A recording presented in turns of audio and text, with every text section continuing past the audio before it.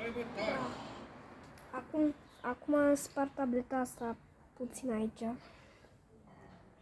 Adică am aruncat așa. Acum o să mai aruncăm o dată, după care o să călcăm cu trotineta pe ea. Să vedem. Aici a fost tableta. Într-adevăr s-a spart și mai rău. Acum o să aducem trotineta și o să o călcăm.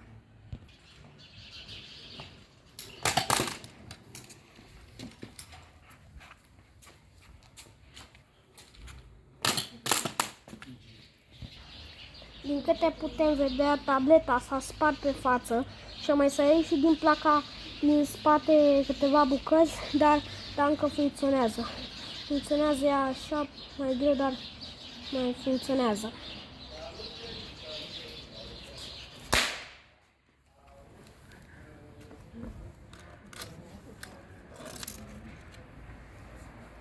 Acum tableta s-a spart mai de tot și